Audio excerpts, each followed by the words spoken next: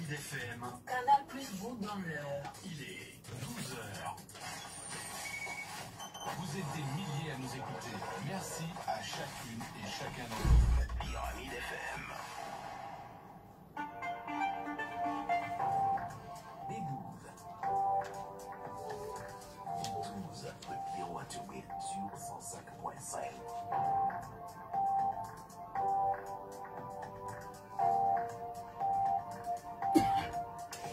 Mesdames, Messieurs, bonjour. Le Togo n'est-il pas en train de retrouver une bonne santé sur tous les plans?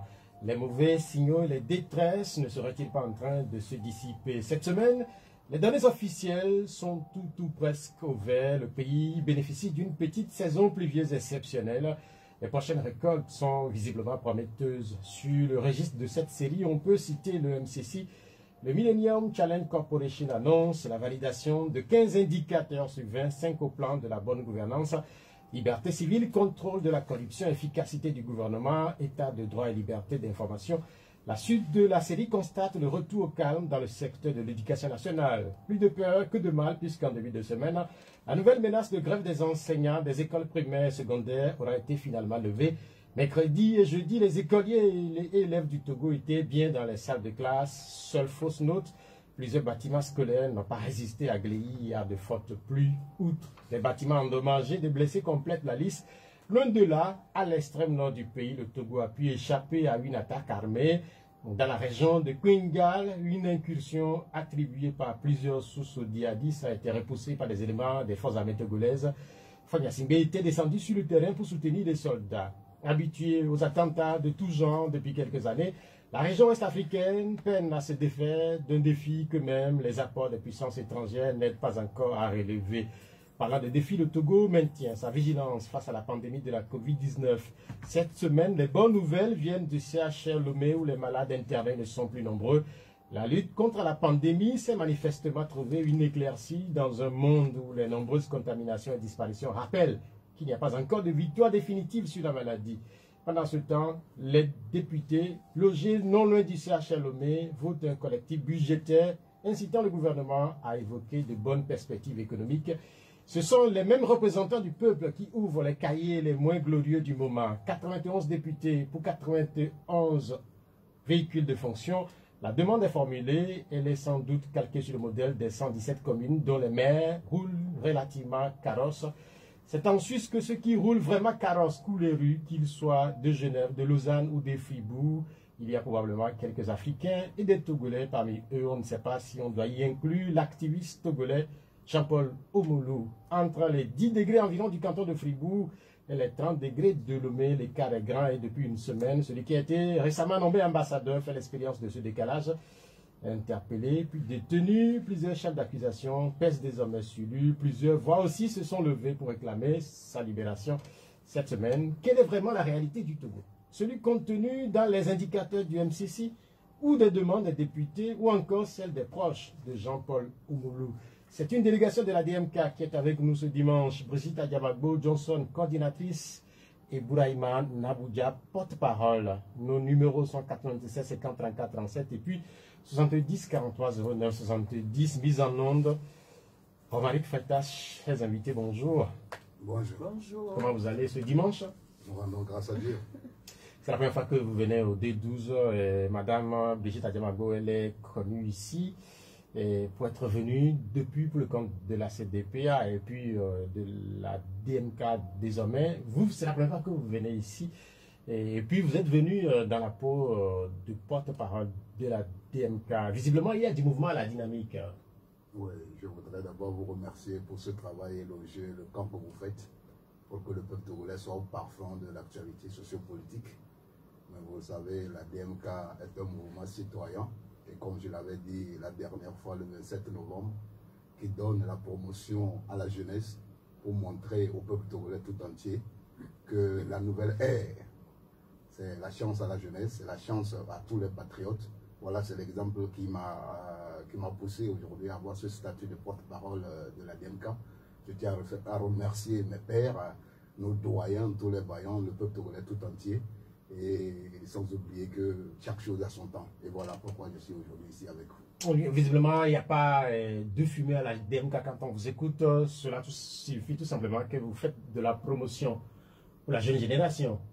Je voudrais quelque part que peut-être ça peut être cette philosophie, cette vision, et autrement dit, gouverner autrement un pays, c'est donner les chances égales à tout le monde.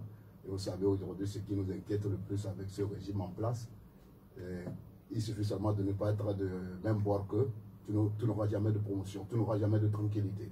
Mais ici, c'est un message fort que la DMK a montré aux yeux du monde que tout homme aura sa place dans ce nouveau Togo que nous allons bâtir dans les jours à venir. Je pose cette question en début d'émission parce qu'on sait très bien que ce n'est pas vous qui occupez cette place il y a encore quelques temps. Vous semblez minimiser relativement peut-être ce qui est en train de se passer à la dynamique, puisqu'on a écouté les voix de Fulbert Tissot qui, il y a encore quelques temps, était le porte-parole de votre dynamique. S'il se passe, il n'y a pas de problème, alors là, tant mieux. S'il vous plaît, je voudrais rectifier quelque chose. La DMK n'a jamais eu de poste de porte-parole. Fulbert Tissot était le coordinateur général de la DMK. Il n'a jamais été porte-parole? Non, il n'a jamais été le porte-parole. C'est maintenant que la DMK vient de nommer un porte-parole à son sein. Bien, merci. Donc, je voudrais que les gens ne fassent pas d'amalgame. Merci pour la clarification. Donc, il n'y a pas de problème à la DMK? Aucun problème. Madame la coordinatrice. Mais mon collègue Nabouja Nabourema vous a déjà répondu. Il n'y a pas de problème qui mérite vraiment qu'on se détourne de la lutte que nous menons pour que le Togo aille vers l'alternance. Et donc, vous l'avez dit, nous avons une préoccupation de l'heure, c'est de faire en sorte que notre camarade de lutte, Jean-Paul Omolou, ne soit pas définitivement victime de l'arbitraire que nous déplorons encore une fois. Et donc, nous sommes à la tâche pour atteindre cet objectif-là et nous ne saurions laisser la place à quelque diversion que ce soit.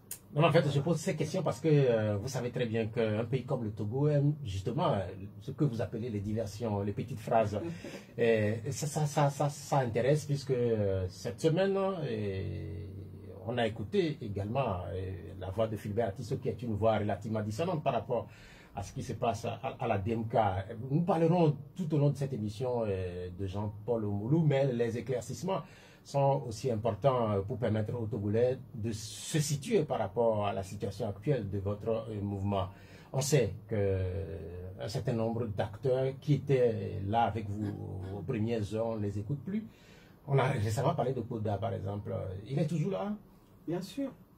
Il est toujours membre de la DMK. À ce jour, Kodi Togo est membre de la DMK. Définitivement, quelle est la situation? Kodi est membre de la DMK. La situation de Fulbert Tissot, c'est quoi cette situation-là? Parce que mais pourquoi vous vous attachez à des individus? La DMK est un regroupement de partis politiques et d'organisations de la société civile. Et ce que je peux vous dire à ce jour, c'est que le parti de Fulbert Tissot, Togo Autrement, reste membre de la DMK et est toujours représenté aux réunions, aux conférences des présidents de la DMK, participe aux activités de la DMK. Le premier responsable de ce parti a certainement des raisons qu'on peut comprendre et qui ne lui permettent pas d'être là physiquement tout le temps. Mais son parti est représenté et participe à l'action que nous menons. Et je voudrais vraiment exhorter mes concitoyens, si tant est qu'il y en a qui se posent des questions, je voudrais les exhorter à ne pas se laisser divertir par ces détails. Mais ce que vous appelez les détails, est-ce qu'ils ne vous embêtent pas? Est-ce qu'ils ne vous gênent pas? Est-ce qu'ils ne vous jettent pas un certain froid au sein de l'opinion? Justement, il ne faut pas que l'opinion en tienne compte. ce que l'opinion doit retenir, c'est la position officielle de la DMK qui est, s'agissant de l'enlèvement de Jean-Paul Omolou, qui est unanimement que nous devons nous battre naturellement pour que celui d'entre nous qui est injustement pris, qu'il soit libéré pour que nous puissions poursuivre notre combat. Nous allons parler de Jean-Paul Omolou puisque vous insistez, vous l'avez cité au moins une ou deux fois déjà. C'est aussi pour ça que nous vous avons invité ce dimanche. Quelle est sa situation ce dimanche? Vous avez suivi vendredi dernier qu'il a été présenté au juge d'instruction et qu'on lui a confirmé un certain nombre de charges pour lesquelles il a été placé, il a été déposé. Pour l'instant, il se trouve encore au SCRIC. De ce que son conseil nous dit, il va très bien, hein, en dépit des coups qu'il a reçus au moment de son enlèvement et qui ont laissé des traces, ce qu'il faut véritablement déplorer parce qu'il s'agit ni plus ni moins d'actes de torture, alors que le Togo s'est engagé à bannir ce genre de pratiques qui sont des pratiques inhumaines et dégradantes pour les citoyens. Et donc, en dehors des coups qu'il a reçus, il a mal à l'œil, hein, il a des courbatures, eh bien, il se porte très bien, il a le moral et il se défend. Il essaye de faire comprendre et de convaincre que son souci n'a toujours été que de se battre contre les injustices dont les populations souffrent. Et donc, il a commencé à le faire depuis qu'il était leader estudiantin. Et son engagement a été constant. Il s'est toujours battu en utilisant des moyens légaux. Et ces derniers temps, il s'exprime beaucoup. Il sensibilise, il mobilise. Malheureusement, c'est un peu ce qu'on lui reproche, alors qu'on ne devrait pas. On ne devrait pas. Nous parlerons tout à l'heure du MCC. Vous avez parlé. On en parlera, madame. Vous parlez de sensibilisation et sans doute, Naboudia Bouraïma, vous l'écoutez, Jean-Paul Omolou, sur les réseaux sociaux notamment. Madame parle de sensibilisation. Est-ce qu'il s'agit vraiment de sensibilisation? Je voudrais d'abord revenir à les conditions dans lesquelles il a été arrêté. C'est-à-dire, quand vous êtes un citoyen togolais, quel qu'en soit votre bord politique, on s'en va dans la maison d'un individu sans mandat d'arrêt. On pétitionne, on rentre dans la maison, on le violente, on l'agresse, on le menotte, on le cagoule comme c'est un criminel. C'est-à-dire, si tu es digne, doué de conscience, de raison, face à cette menace d'un individu, un citoyen togolais, je crois que vous ne pouvez pas vous sentir à l'aise. Moi qui vous parle ici, j'en ai été victime et je sais comment les militaires, les gendarmes, la police traitent les individus quand on vous arrête. C'est effroyable. La torture, comme la grande sœur venait de le dire, c'est un crime imprescriptible et condamné par toutes les institutions dont le Togo en fait partie. Je crois que normalement on doit remettre en cause cette procédure. Le fait qu'il a été torturé, arrêté dans des conditions les plus ignobles que nous condamnons tous, là, on doit mettre fin à cette procédure. On n'a pas respecté le droit de Omolou.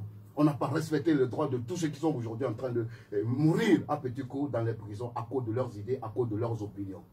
Oui, mais quand vous parlez d'Omolou... Oui, Omolou, tout ce qu'il dit n'est pas plus dangereux que ce que nous avons. Nous vivons chaque jour dans notre pays. Je reviens, vous me permettez. En 2005, après la mort de Yadémon, qu'est-ce qui s'est passé? Il est venu violer la Constitution. C'est aussi un délit, c'est un crime. Et nous connaissons les conséquences, ce que ça a entraîné.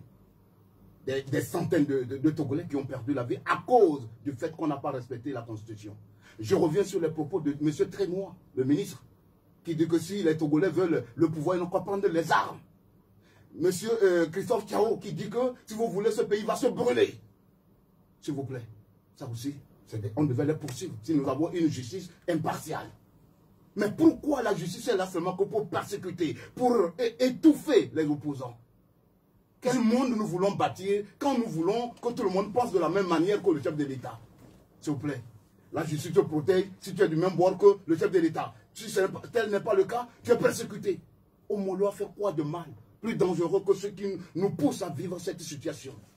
Vous savez très bien qu'Omolo n'est pas n'importe qui. La situation dans laquelle il s'exprimait en étant récemment nommé ambassadeur à l'extérieur du Togo par un gouvernement, on peut dire gouvernement d'exil, est-ce que ce n'est pas un délit déjà d'appartenir à un tel gouvernement? Vous savez pourquoi ce gouvernement a été mis? Non, mais moi je ne sais pas. Vous savez, tout le monde sait, les Togolais savent pourquoi nous avons mis un gouvernement de combat par rapport à ce qui s'est passé le 22 février 2020. Oui, mais en fait là, par exemple, si vous parlez de combat, voilà. Oui, là, sur le terrain de combat, des fois, certains coups sont permis. Est-ce que là, carrément, si on se mettait sur ce plan-là, quand vous prenez un combattant, vous ne respectez pas forcément tous les principes? Monsieur Pierre, si vous le voulez, je vous répondrai en vous disant que tout cela nous ramène à un constat, à une prise de conscience, qui est que notre pays, le Togo, va mal. Que notre pays, le Togo, traverse une situation de crise grave, que malheureusement, les premiers responsables semblent vouloir ne pas reconnaître. Il y a un peu ce qu'on appelle un déni de cette situation qui devrait préoccuper tout acteur politique responsable. Et donc, en conséquence, par rapport à tous ces actes que les citoyens togolais aient pris du désir profond d'alternance et de liberté posent, mais il faut les comprendre comme un appel de pied pour emmener à résoudre la crise politique que nous traversons. C'est tout. La question est de savoir, est-ce que nous reconnaissons vraiment que le Togo va mal, contrairement à ce que vous venez de dire? Mais nous ne voyons pas beaucoup de signaux qui soient ouverts. Les Togolais, dans ce qu'ils vivent dans leur chair et dans leur âme tous les jours, j'en connais très peu qui vous diront que dans ce pays, dans notre cher pays, que les signaux sont ouverts. Vous le savez, je suis sûr que vous-même qui en parlez, vous n'en êtes pas convaincu, mais vous êtes en train de faire votre métier. Non, mais en fait, peut-être que vous n'avez pas bien compris mon introduction, madame. Puisque vers la fin, je me suis posé cette question. Ah ouais. Oui, mais en fait, oui. Je vous le concède. Oui. Ouais. Je me suis posé cette question. Si ce Togo de MCC ou le Togo de Jean-Paul Omolo qui est incarcéré, entre les deux, quelle est la réalité? Ça, c'est... Absolument. Oui, moi, j'ai fait mon boulot. Mais quand vous parlez de la crise, de son règlement, et quand en même temps, on fait l'appel à l'armée ou aux populations, à l'insurrection, est-ce que ça aussi, c'est pas condamnable? En temps normal, je vous dis, est-ce que la question est de savoir est-ce que nous sommes en crise, oui ou non? À partir du moment où nous reconnaissons que les choses ne vont pas véritablement comme elles devraient être au Togo, mais quand on est responsable, acteur politique responsable, on se situe dans la logique de chercher des solutions durables, plutôt que de vouloir sévir. C'est-à-dire le mal est là, le mal il est profond, sévir n'est pas la solution. Au contraire, il faut s'asseoir et voir quoi faire pour que les Togolais n'exercent plus leur droit de manifester leur mécontentement. Attendez, prenons un pays comme la France, qui est une vieille démocratie.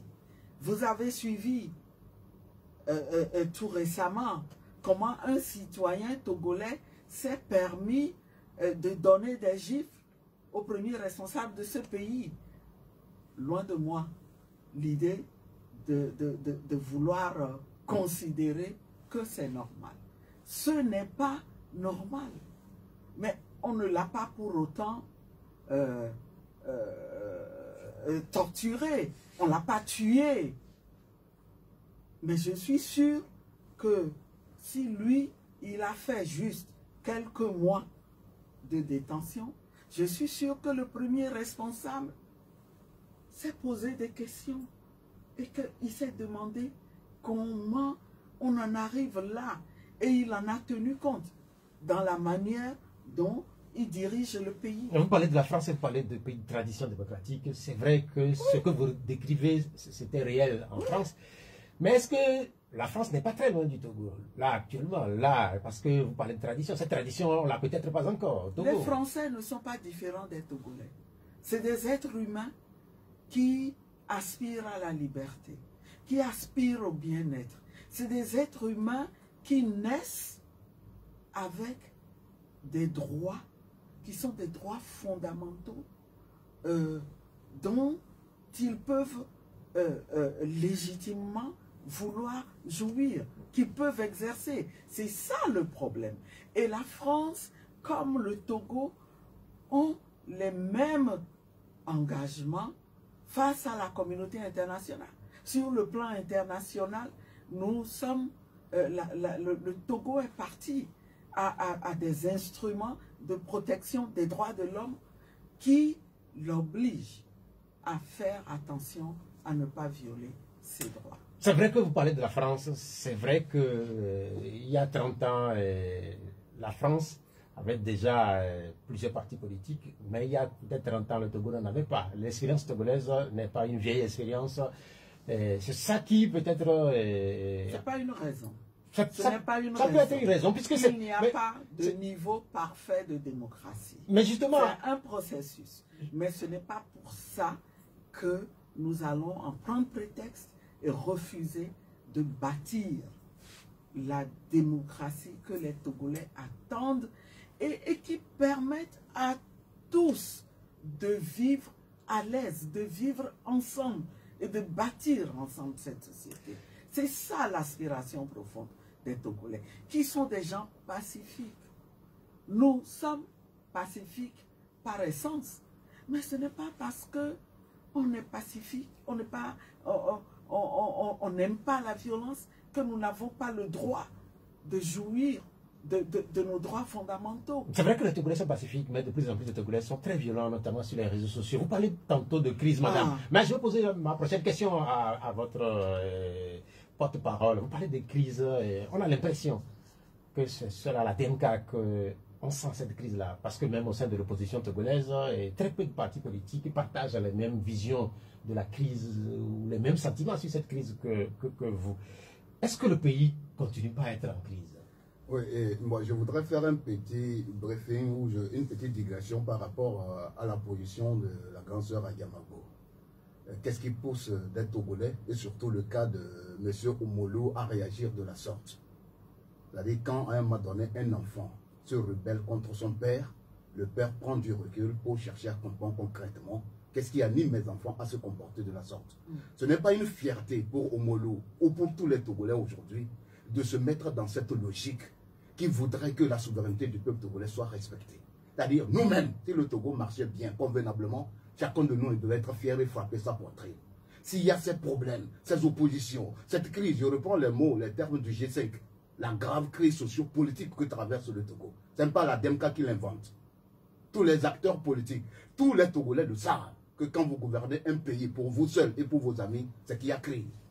Maintenant, je reviens. La grande sœur donne l'exemple de la France. Moi, je ne souhaiterais pas qu'on donne l'exemple de la France. À côté, il y a des pays qui font des efforts dans le domaine démocratique.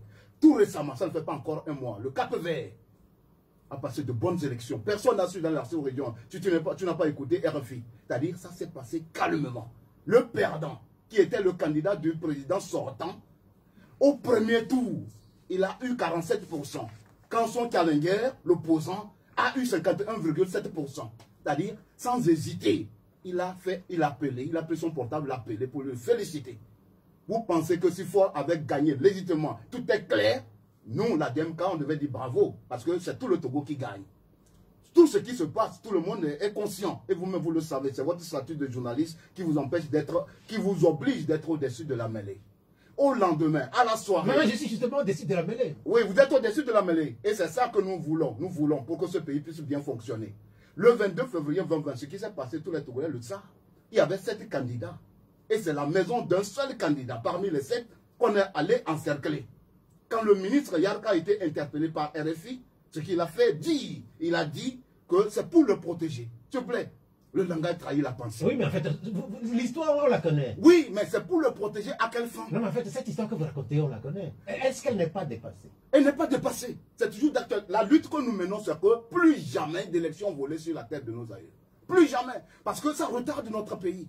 Quand les institutions ne sont pas fortes pour que nous puissions conduire ce pays vers des lendemains meilleurs, c'est que c'est tout le monde qui empathie. Je disais tantôt, en reprenant l'intervention de Mme Brigitte Diamago Johnson qui parlait de crise, que la crise pour un certain nombre d'acteurs politiques, notamment ceux qui sont au pouvoir, mais également pour plusieurs acteurs de l'opposition, cette crise, elle est relativement derrière nous. Elle n'est pas derrière nous. Elle prend même des proportions inquiétantes. Je donne un exemple. Pourquoi le régime a voulu organiser la CNAP, la concertation des acteurs politiques? Parce qu'ils savent qu'il y a une crise. On n'organise pas un dialogue par plaisir. C'est une nécessité. Mais malheureusement, ils n'ont pas respecté ce qu'il fallait respecter. Ils ont voulu faire un dialogue pour exclure certains et choisir leurs propres opposants. C'est ce que nous avons condamné. Et heureusement, le temps nous a donné raison. Parce que le CAR très tôt a vu que ça ne pouvait pas donner ce qu'on souhaiterait. Et par après, la ANC aussi a claqué la porte. Il y a la crise. Dans le domaine social, vous voyez ce qui se passe au niveau de l'éducation. Vous me permettez de ne pas anticiper les choses. Ça veut dire qu'il y a crise. Tous les secteurs, quand le président dit qu'il gouverne pour la minorité, jusqu'à ce jour, c'est les mêmes personnes. On ne fait que changer de place. Monsieur, c'est une crise. Non, mais en fait, ça aussi appartient sans doute au passé, puisque cette déclaration a été faite il y a presque 8 ans maintenant. S'il vous plaît. Vous avez vu un changement? Vous avez vu un changement? C'est les mêmes personnes qui sont au pouvoir. Non, sans doute que ceux qui gouvernent le pays sentent le changement. À quel niveau? Vous avez un nouveau gouvernement, vous avez par exemple un parlement qui fonctionne avec un certain nombre d'acteurs qui représentent l'opposition. S'il vous plaît. Quelle opposition? Mais vous, il n'y a pas d'opposant. Quelle opposition? Je vous donne un exemple. Hier, je suivais le Parlement et j'ai vu quelque chose qui a attiré mon attention. Qu'est-ce que vous avez vu? Peut-être nos amis qui sont à l'Assemblée nationale n'ont jamais fait ce constat. Les sièges sur lesquels les députés qui représentent toute la nation, c'est peint ou bien c'est couvert par les rideaux bleu-blanc.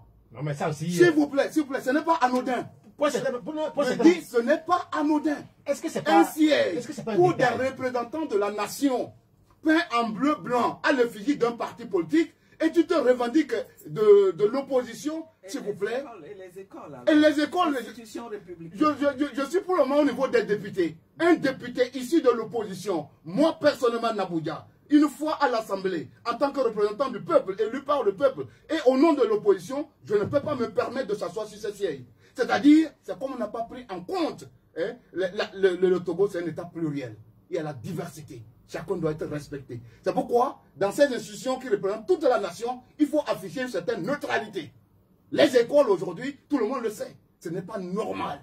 Ce n'est pas normal. Il y a crise, monsieur. Le Togo traverse une crise, c'est-à-dire quand vous gouvernez pour les mêmes personnes gouvernent durant ces 5 ans, on ne peut pas me dire qu'il n'y a pas de crise. La question que moi je pose, la question elle est très simple. Vous semblez porter sur cette crise visiblement, puisque un certain nombre d'acteurs de l'opposition ne vivent pas la crise de la même façon que vous. Vous me permettez? Oui. On peut, peut-être, nous vivons les mêmes choses. On dit tout le monde regarde ce que je regarde, mais personne ne voit ce que je vois.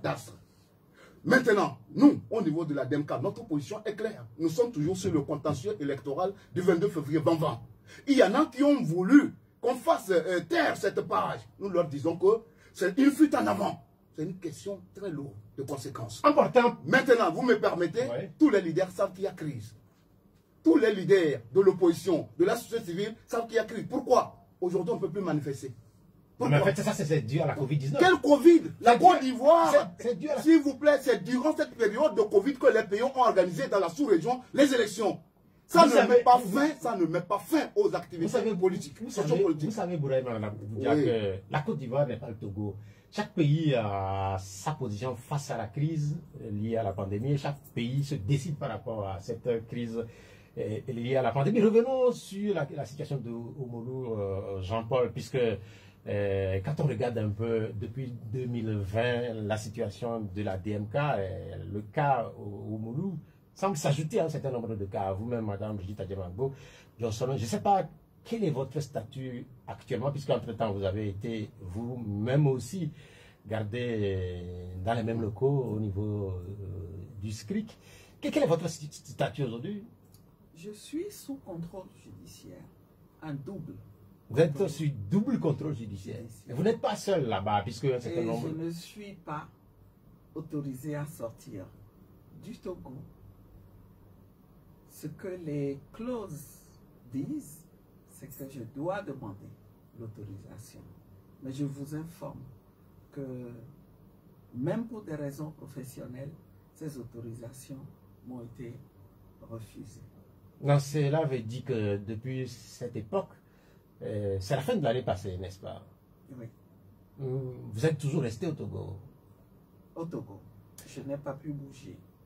Vous n'êtes pas seul dans le cas des personnes inculpées ou qui ont des soucis avec la justice. Il y a par exemple le candidat Béomé qui n'est plus dans le pays. Il y a un certain nombre d'acteurs, certains qui ne sont pas là, certains qui sont détenus à la prison civile de Lomé. Est-ce que tout cela n'affaiblit pas la dynamique? Je pense que, vu la manière dont les choses se gèrent, on peut aujourd'hui dire que ce sont des procédures qui ont été initiées pour affaiblir la dynamique et surtout pour étouffer le mouvement et faire en sorte que il n'y ait plus de combat du tout. Mais vous m'offrez l'opportunité de le dire encore une fois. On n'étouffe pas un combat idéologique de cette manière. Si vous neutralisez, vous supprimez des gens qui sont au devant de ce combat, vous n'allez pas l'arrêter.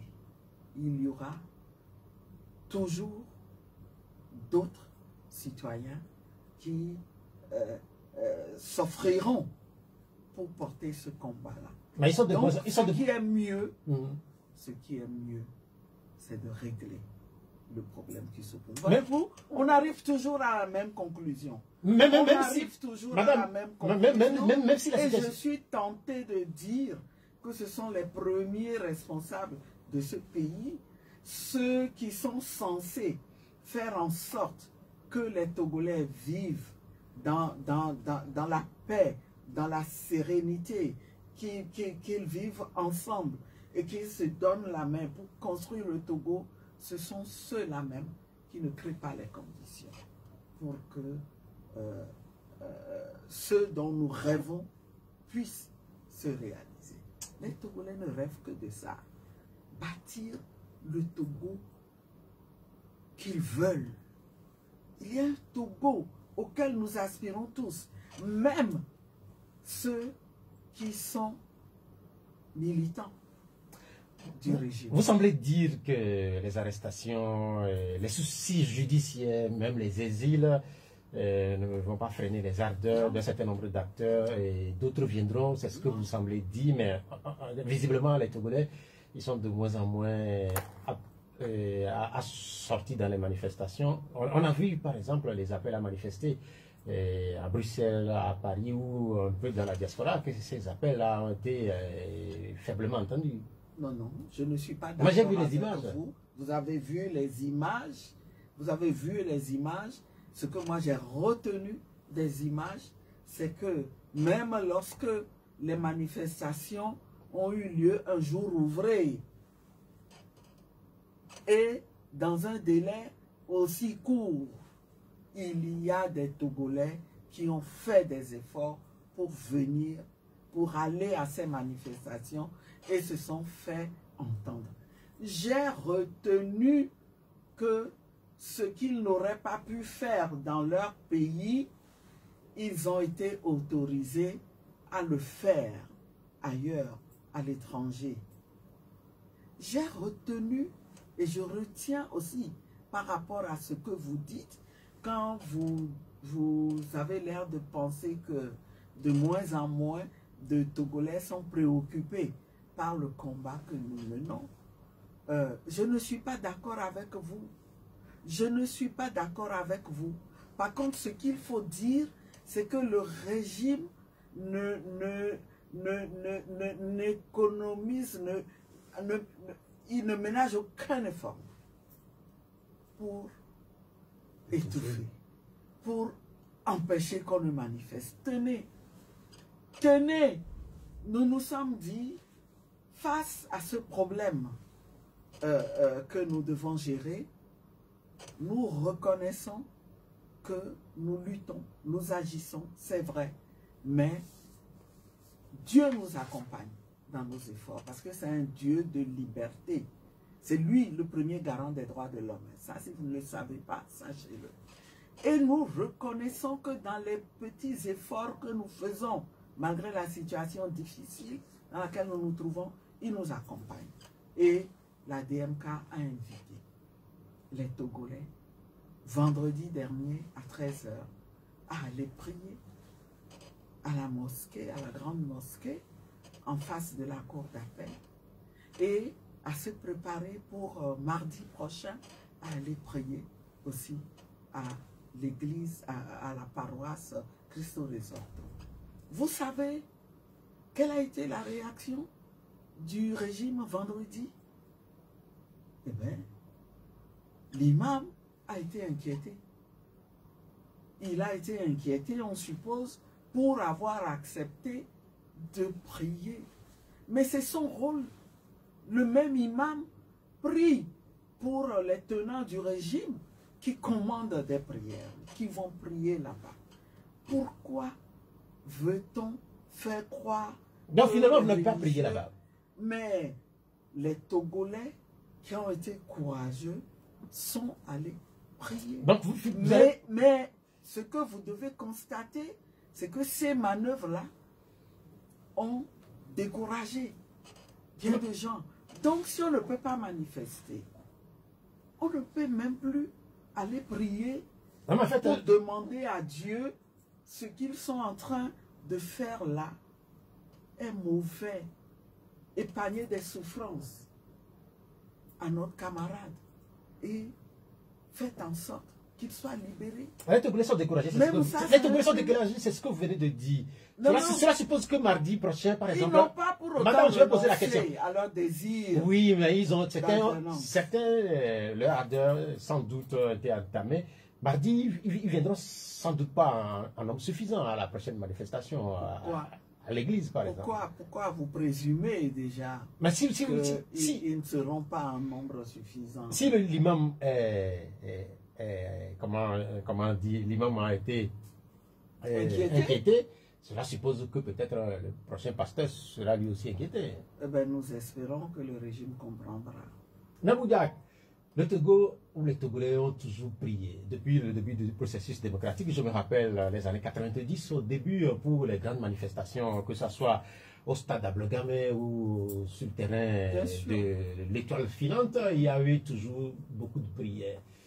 Mais on a l'impression que ces prières ne sont pas entendues, visiblement, puisque par exemple, les soucis ou les défis qui se posaient à l'opposition, ces défis-là, visiblement, sont restés. Les défis qui se posent au pays, puisque vous portez la question de l'alternance, ou la question du bien-être ou du mieux vivre des Togolais, ces questions-là, visiblement, à vous écouter, sont restées. Et ça dit que Dieu ne vous écoute pas. Dieu écoute le Togo. Dieu écoute bien le Togo. Dieu nous aime.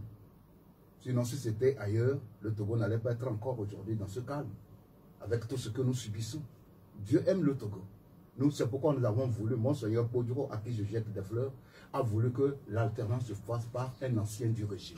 C'est un message fort qu'on a envoyé à nos frères au pouvoir. C'est votre élément. Il a bossé avec vous. Il vous connaît mieux. C'est un pont qu'on a voulu offrir et le régime, et l'opposition, et toute la société civile, et par ricochet, le peuple togolais tout entier. Mais malheureusement, ils ont encore, comme à l'accoutumée, balayé du revers de main cette piste, cette alternative. Je voudrais revenir sur un mot qui est sorti. Les Togolais ne sont pas découragés. Loin de là. Ce qui s'est passé la dernière fois au niveau de la mosquée proche de la cour d'appel de Lomé, menaçant l'imam qui devait diriger la prière le vendredi, c'est inadmissible. Nos amis au pouvoir demandent aux imams, aux prêtres, aux pasteurs d'organiser les séances de prière pour eux. Personne ne refuse. Mais quand il s'agit d'un parti, de l'opposition, de la société civile, de demander les mêmes droits, en ce moment, on trouve que ça n'a pas sa raison d'être. Vous voyez, 2 poids, 2 mesures pour un pays qui se dit démocratique. On menace un homme de Dieu parce qu'il a accepté d'organiser une prière. Prier pour les Togolais, pour que ça marche bien, pour qu'on trouve des solutions idoines à nos problèmes, pour qu'on mette fin à ces menaces. Et voilà, il a été menacé. Menacé. C'est là que la grande sœur a dit le mot découragé, c'est-à-dire quand les gens ont appris que c'est comme ça, l'imam a été menacé, c'est-à-dire quelque part, ils n'ont pas voulu prendre le risque peut-être de mettre encore en danger la vie de l'imam. Mais ceux qui étaient téméraires ont dit non, c'est un lieu de culte, c'est un lieu de prière. Les gens y sont. Ça, on le sait suffisamment, madame l'a dit. La question, c'est de savoir si finalement la question du Togo va être réglée par des prières, puisque c'est pas la première fois qu'on prie au Togo. S'il vous plaît, on dit ora et labora, prie et travail. Absolument. Prie et travail. Les Togolais sont déterminés. C'est pourquoi le régime est conscient, ils savent lire les choses. Le 19 août 2017, vous me permettez, le 19 août 2017, à la veille, le ministre Yark monte sur la TBT et dit que c'est quoi le PNP? Vous me permettez de donner cet exemple. Mais le lendemain, sur toute l'étendue du territoire national, c'est-à-dire que le peuple est imprévisible. Le régime sait. Ils savent que les Togolais ne sont pas découragés. Ils sont toujours restés les mêmes, déterminés, intrépides. Donnez-nous le Front citoyen Togo debout, faire les pieds et les mains pour organiser un simple meeting. Un simple meeting d'information. Jusqu'à ce jour, c'est la 3e fois qu'on a encore demandé et on a programmé pour le 20 de ce mois. On attend. Si réellement nous sommes dans un état, ils ont peur. Ils ont peur parce que quand tu prends ce qui n'est pas à toi, tu ne peux pas dormir. Et comme le dit Pierre Abélard, les méchants ne sont pas heureux. Nous allons revenir sur la situation. Nous allons revenir sur la situation de Jean-Paul Molo, puisque c'est cette situation qui sans doute vous préoccupe. C'est pourquoi vous êtes là. Et on lui reproche un certain nombre de choses. Nous avions dit cela. Quelle va être la suite? Parce qu'un certain nombre d'observateurs se posent une question qui est légitime. Que cherchait-il à Lomé? Eh bien, que cherchait-il à Lomé? Moi, je réponds tout simplement qu'il est citoyen togolais. Et que fondamentalement, cette question ne devrait pas se poser lorsque un citoyen togolais vivant à l'étranger revient chez lui. Non, mais en fait, vous reconnaissez qu'il est un citoyen togolais. Mais il n'est pas un citoyen. Il n'a pas commis aucun crime, on l'a expliqué, on l'a démontré. Tout ce qu'on peut lui reprocher, et qui ne serait même pas juste, c'est de s'engager pour que son pays, le Togo, devienne un pays démocratique. Mais vous avez souvent dit, madame, vous avez souvent dit en venant ici que le Togo n'est pas un pays démocratique. C'est vous qui le dites très souvent. Oui, on se bat pour ça. Oui, mais dans ce cas, par exemple, comment est-ce que vous pouvez venir dans cet état-là, après avoir accepté représenter ce même pays à l'extérieur en étant issu d'un gouvernement qui est un gouvernement concurrent au gouvernement qui est sur la place?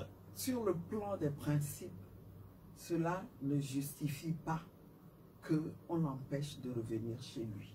Et je vous redonnerai, je vous rappellerai encore une fois que s'il pose ce genre d'acte dans les conditions où il l'a posé, il faut tout simplement reconnaître que nous sommes en crise et c'est la réponse ou les réponses à cette crise qu'il faut trouver.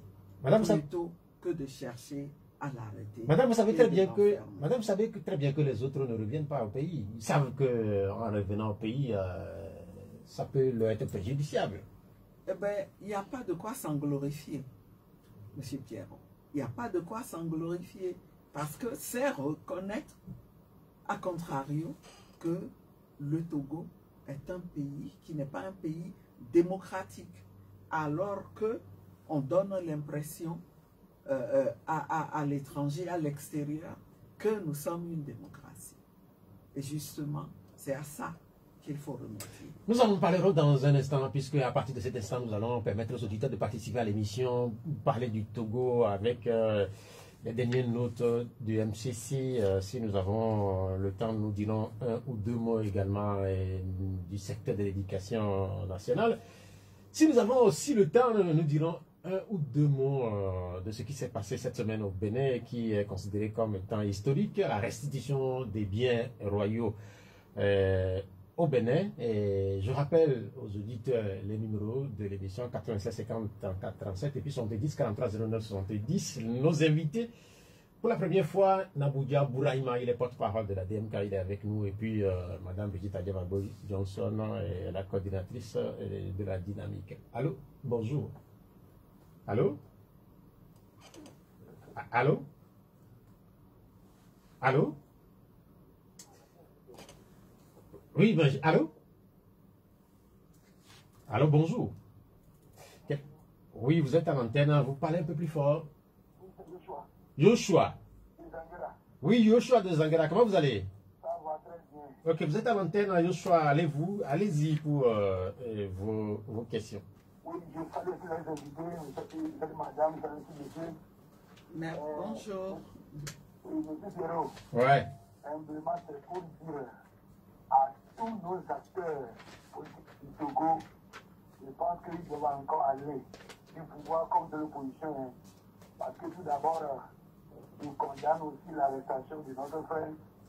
Mais au même moment aussi, notre frère dont vous parlez, moi d'habitude je le suis sur Facebook. Malheureusement, moi aussi je suis pour la tenance, mais je n'arrive pas à supporter cet audio. Franchement, moi-même aussi. Je n'arrive pas. Il y a des mots que les gens qui sont à l'extérieur prononcent, même nos acteurs qui sont ici dans le pays ne vont jamais oser l'utiliser. Donc je pense que c'est le moment de nous dire la vérité. Pourquoi ceux qui sont dedans n'arrivent pas à utiliser ces mots? Mais ceux qui sont dehors là, ils se connaissent tout. Mais après tout, ils vont encore venir dans le pays là. Bon, moi, ça fait un peu mal. Donc il faut que nous tous, on apprenne à faire la politique proprement, sans insulte, sans embêtement. On ne sait pas si c'est pas qui diraille, mais moi, le Dieu là, que moi je vois souvent, il est réussi là, moi, ça ne me fait pas. Ok, on a compris, Joshua, votre point de vue. Est-ce que vous avez quelque chose à ajouter? Il est parti. Réaction à l'intervention de Joshua? Non, moi je note tout simplement qu'il dit qu'il est contre son arrestation, son enlèvement. C'est tout. Ça me satisfait. Mais en même temps, il dit quand même que les propos, oui, quelque part... Oui, c'est son opinion. Et je crois qu'en la matière, non, mais vous, par exemple, ça dépend du tempérament de chacun. Et on ne peut pas imposer aux gens les mots qu'ils doivent utiliser pour dire ce qu'ils ont à dire. Ça dépend du tempérament de chacun.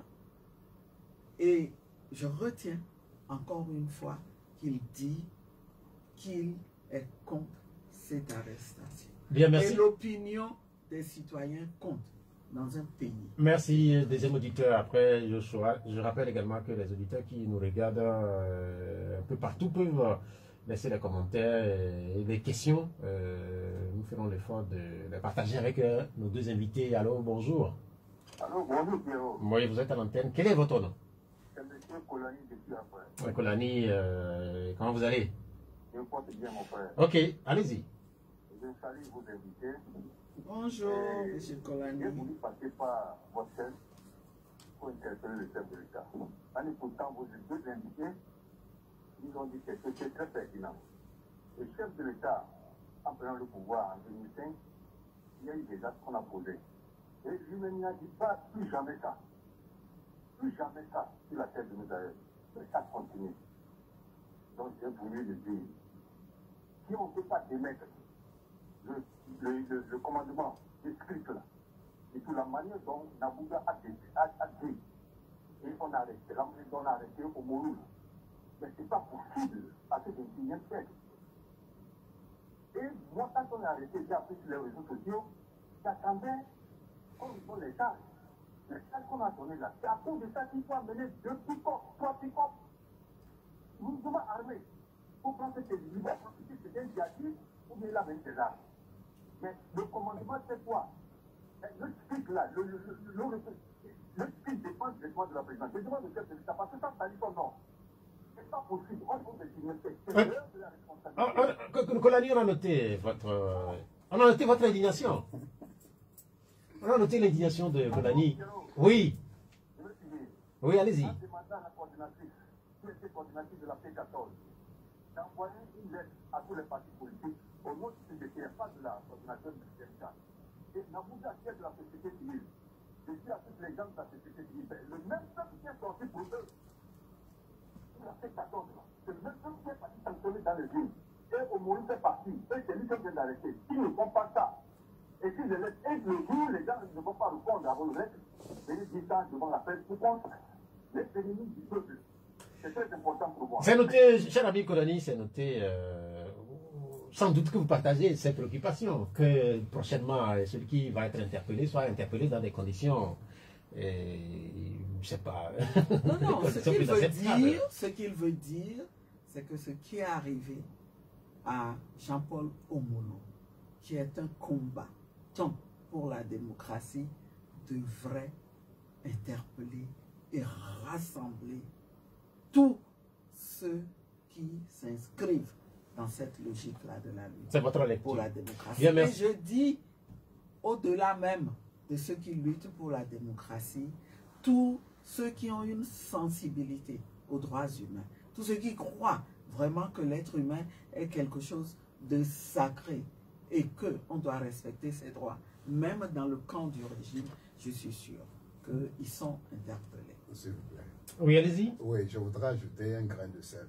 Allez-y. En reprenant les propos de M. Kolani et par rapport à ce que j'avais dit. Omolo, on peut tout le reprocher, mais il a envoyé un message fort au régime. Les gens trouvent que ses propos sont plus ou moins démesurés, exagérés. Mais il a accepté volontiers venir au Togo. C'est-à-dire, si nous étions prêts à écouter tout le monde, c'était l'occasion de l'appeler. Mon frère, voilà ce que tu dis. Qu'est-ce que tu penses concrètement qu'on peut faire pour résoudre le problème du Togo? C'est-à-dire, par rapport à ce que les gens disent, ce monsieur a accepté de venir chez lui. Vous savez, ce n'est pas facile d'être en exil. Ce n'est pas facile d'être hors de son pays. Être apatride, ça fait mal. Quand tu es dans un autre pays, loin de ta terre natale, c'est une souffrance totale, quel qu'en soit ce que tu as. La chaleur humaine leur manque. Nos frères qui sont à l'étranger, à plus de 90% veulent revenir au Togo. Mais aujourd'hui, beaucoup ne peuvent plus avec ce régime.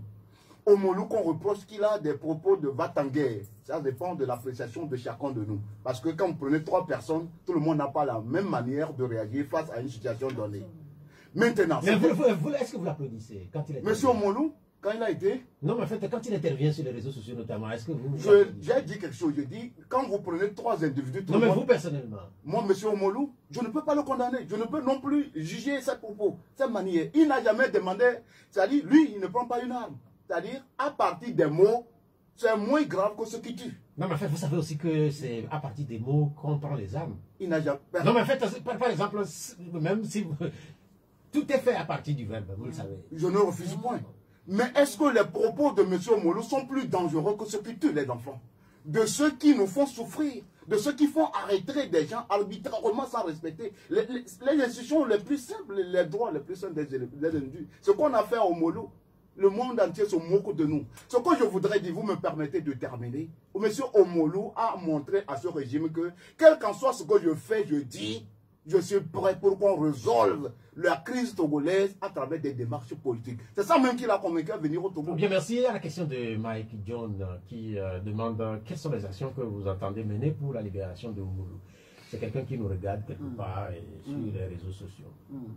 Merci beaucoup parce que c'est ce qui nous préoccupe véritablement et nous menons beaucoup d'actions de lobbying et d'action diplomatique pour que, au sein de la communauté internationale, les acteurs qui comptent comprennent encore une fois que ce qui se passe au Togo va dans le mauvais sens.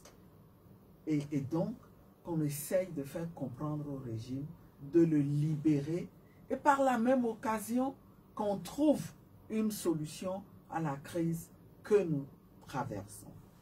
En dehors de ça, vous avez suivi et vous en avez parlé, et ça ne fait que commencer. Là où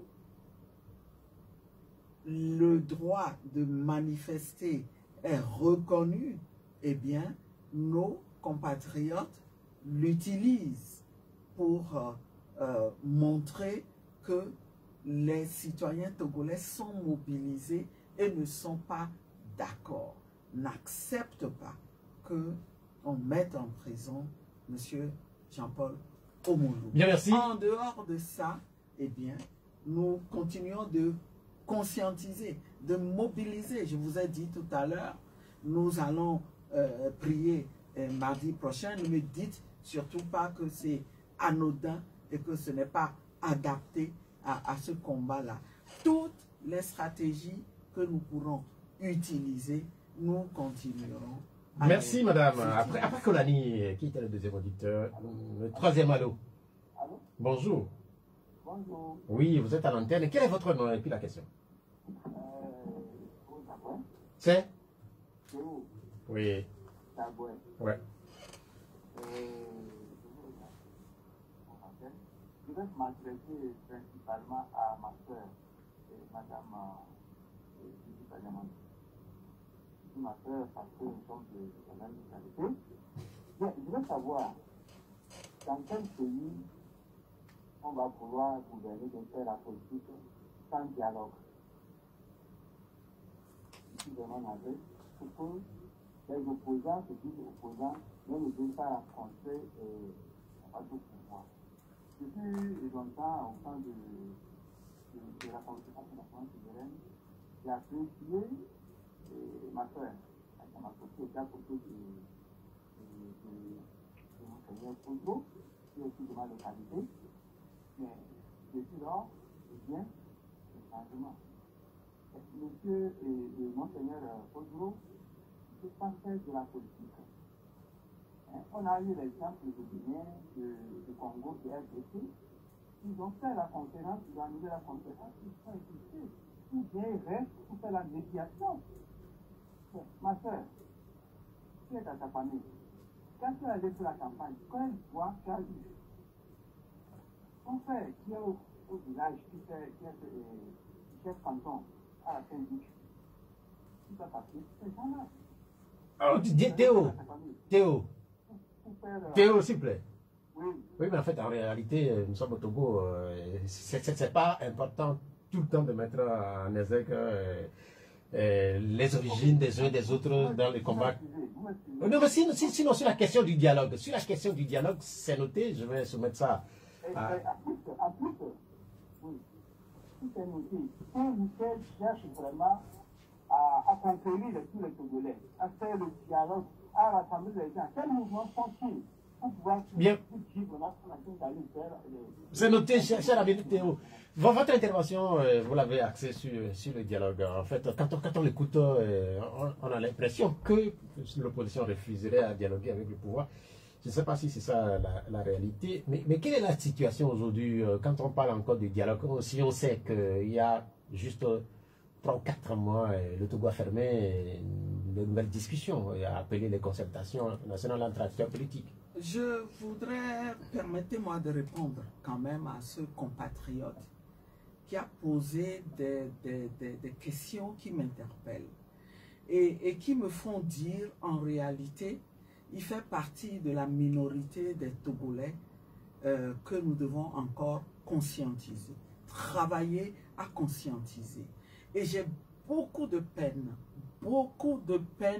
de l'avoir écouté parce qu'il vient justement d'une localité comme d'autres localités du Togo dans lesquels les populations souffrent, sont bâillonnées et ne peuvent dire un seul mot. Il a parlé comme s'il ne savait pas comment les élections se déroulent dans ce pays et se déroulent particulièrement au Togo. Et tout ce que je lui offre, c'est comme apparemment il a envie de parler, eh bien, je lui propose que nous continuions la discussion que nous avons entamée ici hors antenne. Et je voudrais lui dire que au Togo, nous avons déjà eu plus de 20 dialogues. Là encore, il a une vision erronée de ce qui se passe au Togo. Il faut qu'il se remette en cause, il faut le secouer, parce qu'il fait partie de cette minorité que le régime arrive à embrigader, peut-être à travers des petits privilèges hein, qui ne répondent qu'à leur... Madame, vous savez ce qu'on a fait? Et nous devons arrêter. Puisque vous allez continuer le dialogue en antenne... Je tiens à continuer, si tant est, il n'y a pas de souci, à continuer à dialoguer. Merci beaucoup. Après Théo, nous allons retourner au téléphone, et puisque Théo et Madame vont continuer le dialogue hors antenne, surtout que les deux sont de la même localité. Allô, bonjour. Allô, bonjour. Oui, c'est Bozambo. Oui. Comment vous allez? Oh, je me porte un peu bien. Ok, allez-y. Bonjour, madame et monsieur. Bonjour, Bozambo. Tout le monde, tous les collègues voient ce qui se passe dans ce pays. Si vous êtes les médias, vous n'attaquez aucun parti politique. Et vous êtes dit ça. Nous sommes tous des enfants togolais. Si quelqu'un n'a pas le droit de décider les territoires togolais, ils n'ont qu'à décider de donner leur nom et donner mandat d'arrêt contre cette gens-là. Ils savent que si arrivé à Lomé, il doit arrêter.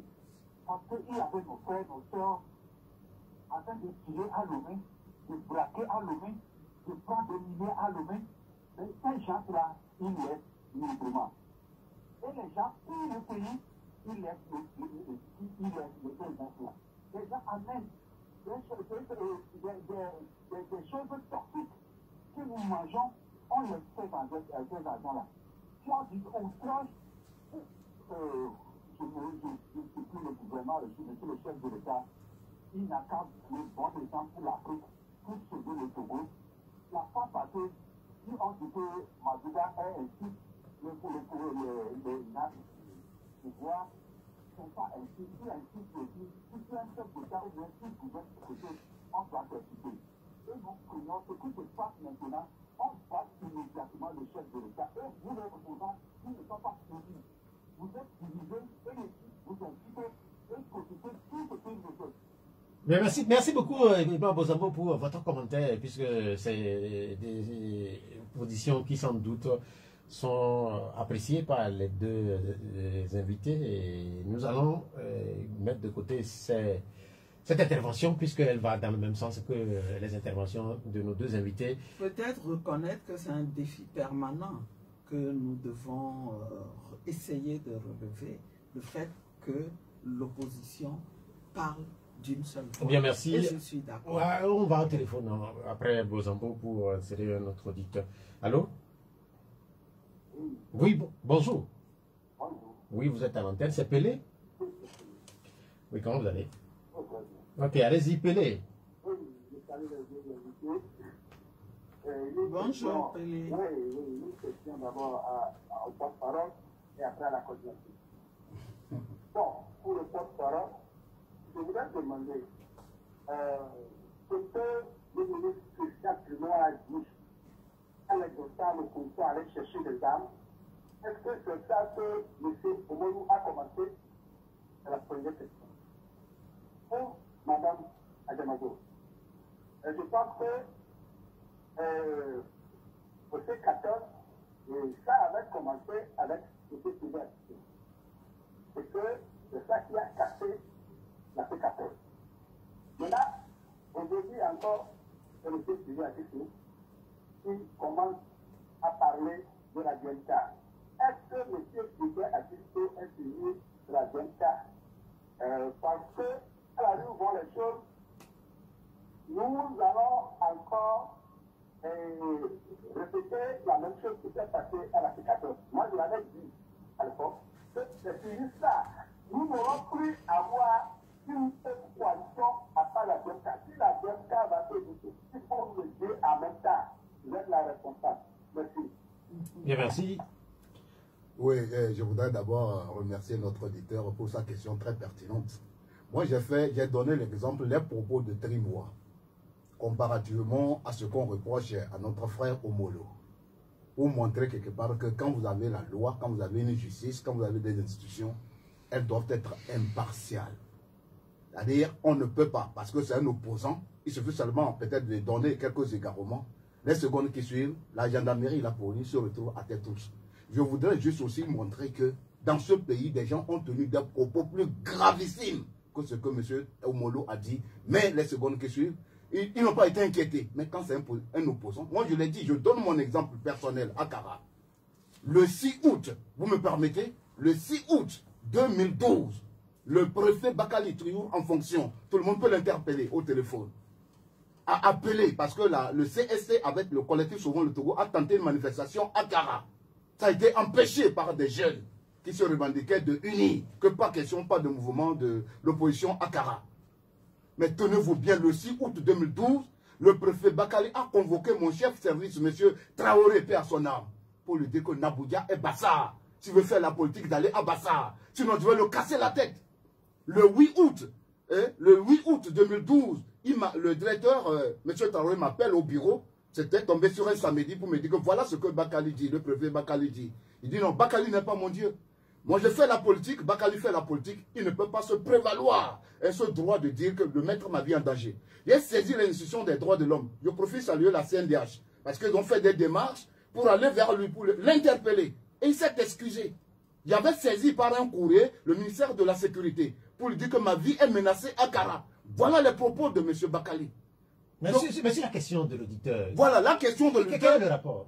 Le rapport, c'est juste pour dire que les gens traînent des propos plus dangereux que ce que Omolo dit, mais ils ne sont jamais inquiétés. C'est ce que j'ai voulu montrer. Okay. Les gens tuent allègrement dans ce pays, mais n'ont jamais été inquiétés. Ok, c'est noté. Voilà. C'est noté. Donc, c'est noté, s'il vous plaît. On va retourner avec madame pour la deuxième partie de la question de l'auditeur. Cette question qui revient sur Fulbert. Et à laquelle j'ai déjà répondu. Peut-être qu'il n'a pas écouté. Je voudrais juste ajouter que je suis sûr que mon collègue Fulbert Atisso est à l'écoute. Il analysera les réactions des Togolais et il en tiendra compte. J'en suis sûr. Voilà tout ce que je voulais ajouter. Et dire aussi que dans tout regroupement, on gère aussi les contradictions internes, si ces contradictions internes existent. On revient sur... Mais ça ne peut jamais nous emmener à laisser de côté la contradiction principale. On revient sur Jean-Paul Omolo, puisqu'on lui reproche la diffusion de fausses nouvelles, mais quand je lis un peu les réactions sur les réseaux sociaux, on impute un certain nombre de faits à la DMK en général. On parle de mensonges, on parle de traficotage.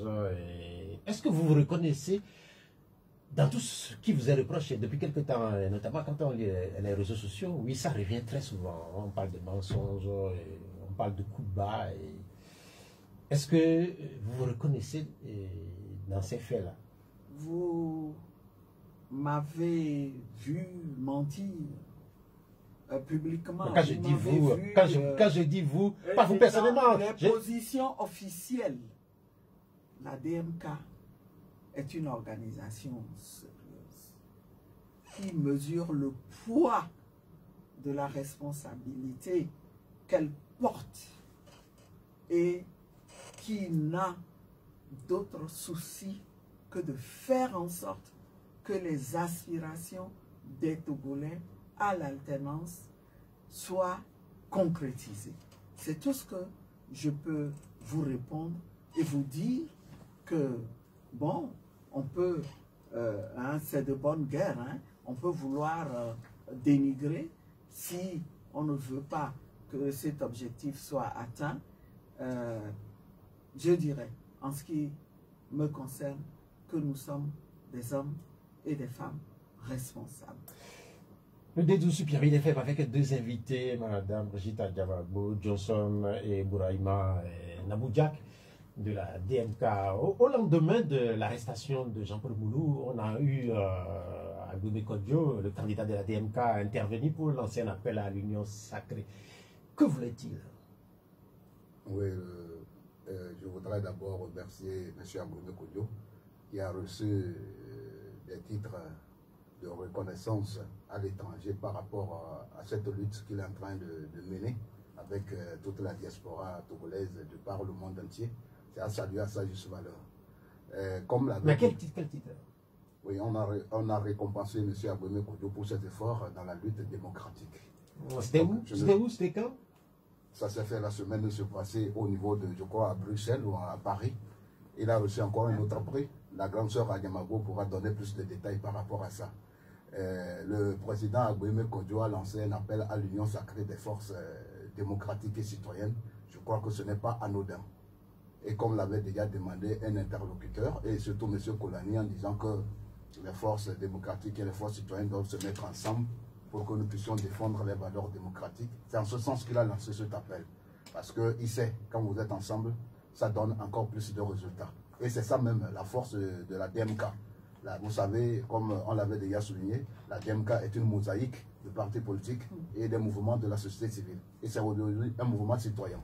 Donc, par rapport à cette expérience, nous pensons que nous sommes ouverts et nous avons besoin de tout le monde pour que le Togo retrouve encore cette démocratie qui nous est chère. Je voudrais revenir sur une petite parenthèse. Vous parlez des mensonges, des dénigrements, que les gens pensent que ça vient de la DMK, des militants de la DMK. Aucun responsable de la DMK ne peut se livrer à ce jeu. Nous sommes des gens responsables, des gens matures, qui savons où nous voulons aller. Nous demandons à tout le monde de comprendre que c'est dans le respect mutuel qu'on peut y arriver. Mais ce qui s'est passé le 22 février, avec les lettres, hein, les déclarations de tous les leaders des partis politiques, et à la fin, les gens sont restés silencieux. Je crois quelque part que ça fait penser, ça fait penser. Allô? Réfléchir. Allô? Bonjour. Bonjour. Ouais. Salut, Santo. Oui, quel est votre nom? Monsieur David. Monsieur David? Oui. Allez-y, on vous écoute. Madame Madavo, s'il vous plaît, je vais vous demander humblement de changer la politique parce que vous avez l'habitude de faire toujours la même chose. Tout ce que vous avez fait aujourd'hui là, les gens ont fait beaucoup de mais ça dans la même lutte. Parce que toutes les considérations que vous commencez à faire sur chaque chose là, c'est déjà passé. Bien vous avez par exemple de changer la politique au Togo. Pour votre collègue là et au monsieur Omolu là, parce qu'il a trop aussi. On peut dire la vérité. Ce qu'il a fait là, il a trop aussi. Si vous connaissez quelqu'un, vous savez de la sortie. C'est même déjà voulu. Tout ce que même ce que monsieur Omolu a fait là, même s'il a fait ça en état bilan, on devrait arrêter. Il fait ce qu'on le demande, c'est pourquoi il est rendu au Togo. Bien, merci David. Faire la politique autrement, c'est ce qu'on peut retenir de la première partie de l'intervention de David. Faire la politique autrement à la DMK aujourd'hui, vu le contexte, qu'est-ce que cela peut supposer? Moi, je suis resté sur ma soif. J'aurais souhaité qu'il nous fasse au moins une proposition. Parce que lui aussi, c'est un citoyen togolais. Ce que nous sommes en train de faire, nous réclamons qu'on résolve le contentieux électoral. Nous demandons également plus de démocratie pour tous les Togolais, pour le protéger lui-même. Quand il condamne la position de Omolu, je tiens à leur dire que ça fait mal d'être dans un état démocratique en Suisse comme Omolu et voir son pays mourir dans la dictature. Ça fait mal. Et j'avais déjà donné un exemple. On ne peut pas l'en vouloir. Quand vous êtes déjà 3-4 personnes, tout le monde n'a pas la même manière de réagir. Le papa, un parent, a l'obligation d'écouter tout le monde par rapport à son tempérament. Moi, Naboudja, j'appelle nos frères qui sont au pouvoir, mes frères, je sais pourquoi. Parce que le combat que nous menons, ce n'est pas contre les individus, c'est contre un système. Parce que quand vous dirigez, vous prenez tout le patrimoine d'un État et que ça se partage entre un petit groupe. Parce que Ford lui-même le dit, le 26 avril 2012, que c'est une minorité qui s'est accaparée des biens de l'État. S'il vous plaît, c'est un patrimoine commun. Une richesse qui appartient à toutes les familles, à toutes les ethnies, à toutes les communautés. Et quand quelques individus sont capables, je dis ça fait mal. Bien, merci. Ça fait mal. Merci beaucoup à la deuxième partie de la question. Se retrouver au Togo, c'est oser. C'est un peu le sens de l'intervention de David. C'est vrai que nous l'avons suffisamment commenté. Je ne sais pas si vous voulez encore ajouter un mot après l'intervention de David. Non, moi je voudrais l'exhorter à réfléchir davantage à la situation. Parce que ce qu'il dit là, je répondrai tout simplement que c'est un aveu que le Togo n'est pas encore un pays démocratique. Et nous ne voudrions pas vivre Il y a ce dans ce genre merci, de pays. merci beaucoup. Il y a ce commentaire de Koko Sichope Adjangba Sopo. C'est un commentaire sous forme de question également qui interpelle et fait de la politique et porter des critiques sur le pouvoir. Est-ce que c'est un péché au Togo? Ça va dans le sens de prise de position. Bon sens. Ça va dans le bon sens. Ok, on retourne au téléphone. Allô? Allô? Bonjour. Oui. À côté, vous êtes à l'antenne. Comment vous allez? Je vais très bien. Ok, allez-y. Bonjour nos invités. Bonjour, mon frère. Bonjour. Merci d'abord pour votre courage. Il faut aussi reconnaître une chose. Monsieur Omolou a commis une erreur grave. Vous qui êtes là-bas, Madame Adjamabo, vous n'avez rien fait, mais vous avez arrêté. D'autres personnes aussi, ils n'ont rien fait, ils ont été arrêtés dans des conditions que nous savons tous. Pourquoi lui, qui a été nommé ambassadeur et à l'extérieur, il a voulu revenir dans ce pays, dans ce moment-ci? Or, lui-même dit qu'il y a une profonde politique actuellement au Togo. Il ne devait pas le faire. Secondo, moi j'aimerais juste dire au pouvoir en place qu'on a besoin de tous les fils et toutes les filles du Togo pour construire notre pays. Si un Togolais qui vit à l'étranger vient au Togo et puis on l'arrête, je pense que ça ne peut pas encourager ceux qui sont encore de l'autre côté à venir ici pour construire le pays. Si vraiment nous voulons construire un Togo paisible, il faut accueillir tout le monde. Dans la diversité des idées, on peut encore construire plus mieux le Togo que de mettre les gens en prison. Merci beaucoup à vous. Bien, merci, cher ami, à côté pour votre intervention. Nous allons en profiter pour dire deux mots des bonnes notes du MCC pour ce qui concerne le Togo.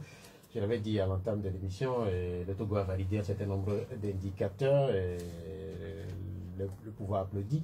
Je ne sais pas si vous applaudissez en même temps que le pouvoir. Vous savez, tout ce que nous voulons, nous souhaitons pour le Togo, c'est ce que le programme MCC essaye de faire pour les pays qui ont besoin de se développer. Mais je fais observer que dans ce programme qui vise le développement des pays pauvres, on a jugé important de mettre des indicateurs qui sont liés à la bonne gouvernance. Et il y a des indicateurs politiques. Il y a des indicateurs liés aux libertés civiles. Il y a des indicateurs liés à la santé, à l'éducation. Voyez-vous? Donc, je pense que ce genre de programme, dans l'absolu, est une bonne chose pour nos pays. Mais alors, encore faut-il qu'on en fasse un bon usage. Et je voudrais rappeler que nous sommes tout simplement à la phase de threshold, c'est-à-dire où on travaille, on renforce, on aide le Togo à renforcer sa capacité à bénéficier du corps même du programme et donc à bénéficier de montants plus importants. Maintenant, ce à quoi je voudrais exhorter, c'est que on s'attelle sérieusement à remplir les conditions. Oui, le Togo se réjouit, mais il y aurait beaucoup à dire sur tous ces indicateurs.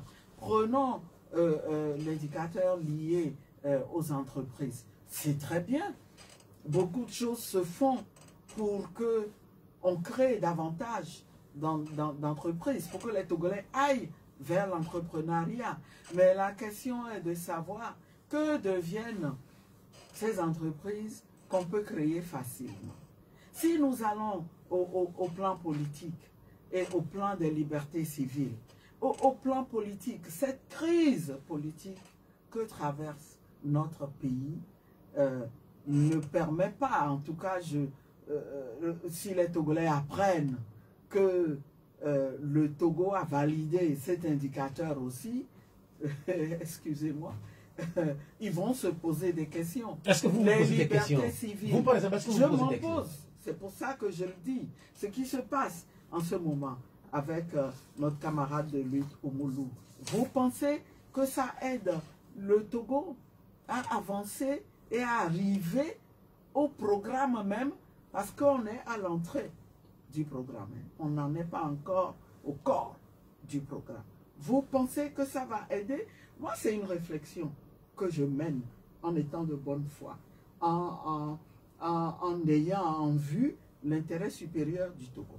Je crois que ce programme peut aider. Mais si nous-mêmes nous jouons avec, nous avons des responsables qui instrumentalisent encore une fois les choses. Vous savez, c'est ce qui arrive. On prévoit que vous remplissiez un certain nombre de conditions. On n'est pas là pour regarder au fond des choses.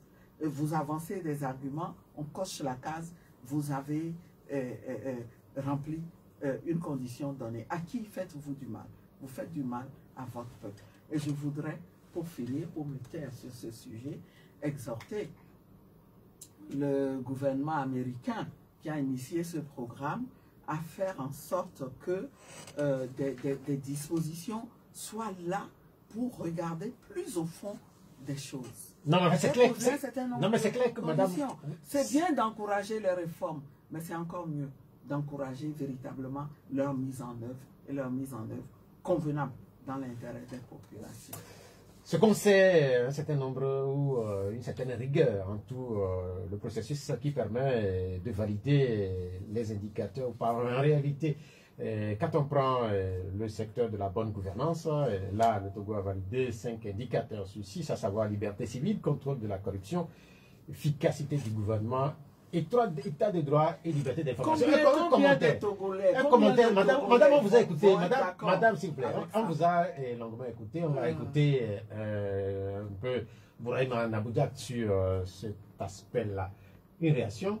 Oui, je voudrais que le Millennium Challenge Corporation, je demande aux États-Unis d'ouvrir encore grandement les yeux. Il y a encore beaucoup de choses à faire. Ça cache beaucoup de choses. Ils ne voient seulement que la face du iceberg. La vraie face est ailleurs. Je donne sur le plan économique.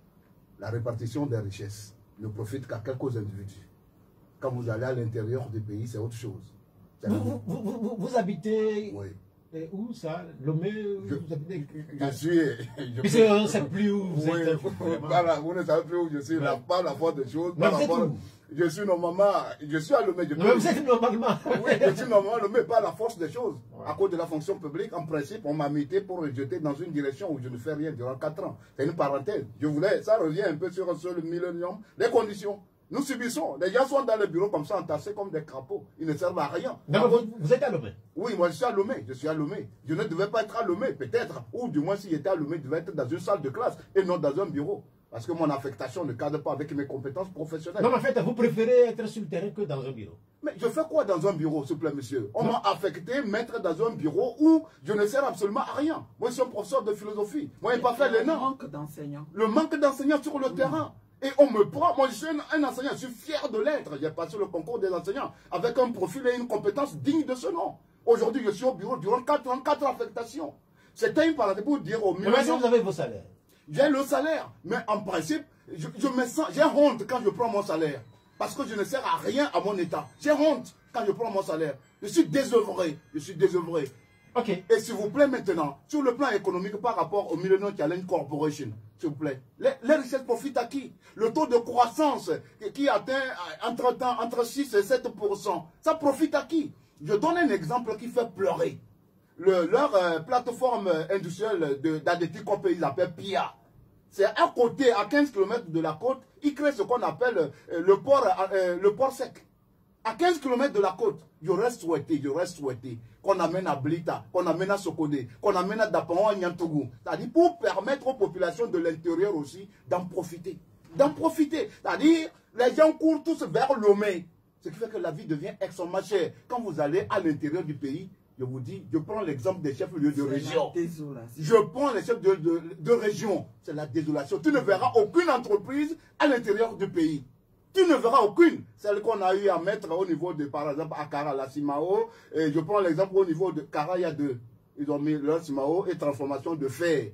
Ça embauche combien de personnes? Ils ont encore beaucoup de choses à faire. Je demande aux États-Unis, ceux qui sont derrière ce Millennium Challenge Corporation, d'ouvrir encore grandement les yeux sur le cas atypique du Togo. Bien, merci. Il nous reste 5 minutes pour clôturer cette émission. Vous avez dit que vous êtes enseignant et que vous ne servez plus sur le terrain. Vous êtes dans un bureau. Certains voudraient bien être à votre place puisque, vous savez, chacun a sa façon de voir la vie.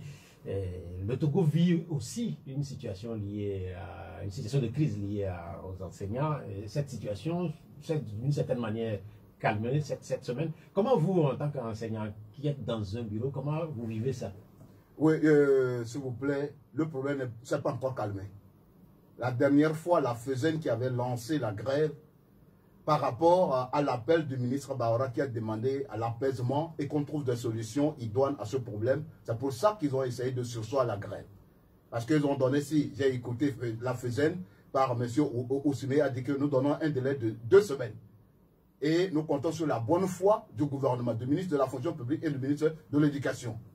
Par ricochet, tout le gouvernement de trouver une solution idoine. S'il vous plaît, la façon dont ils ont procédé dans ce dossier, je crois que quelque part, ça a dépassé l'entendement humain. Le ministre Kokoroko, qui essaie de démettre plus de 1192 directeurs de leur poste, avec la seule intention de nommer de nouveaux directeurs. Le lendemain encore, c'est 156 directeurs qui ont été en quelque sorte démis de leur poste de responsabilité de directeur. Il compte trouver les autres directeurs où?